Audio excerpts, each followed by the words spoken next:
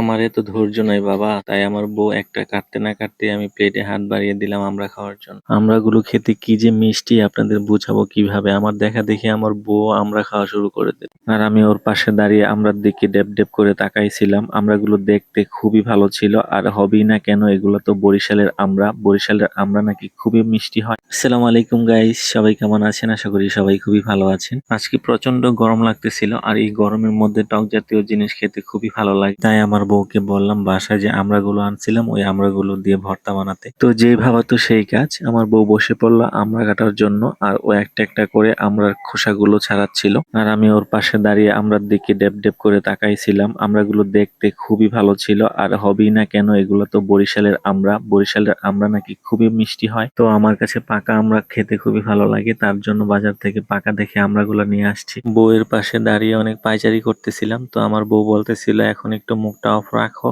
আর ঘরে যাও, আমি ভর্তা বানিয়ে তারপর তোমার জন্য নিয়ে আসতেছি। আমার এত ধৈর্য নাই বাবা, তাই আমার বউ একটা কাটতে না কাটতেই আমি প্লেটে হাত বাড়িয়ে দিলাম আমরা খাওয়ার জন্য। আমড়াগুলো খেতে কি যে মিষ্টি আপনাদের বুঝাবো কিভাবে। আমার দেখা দেখি আমার বউ আমরা খাওয়া শুরু করে দিল। ফাইনালি আমরার ভর্তা বানিয়েও ঘরের মধ্যে নিয়ে আসলো, আর নিজে নিজে খাইতেছিল। আমি বলতেছিলাম শুধু একা একাই খাবা, আমাকে দিবা না? তারপর আমার দিকে একটা হাত বাড়িয়ে দিল আর বলতেছে আমি বাকি সবগুলা খাবো, তুমি আর চাইতে পারবা না।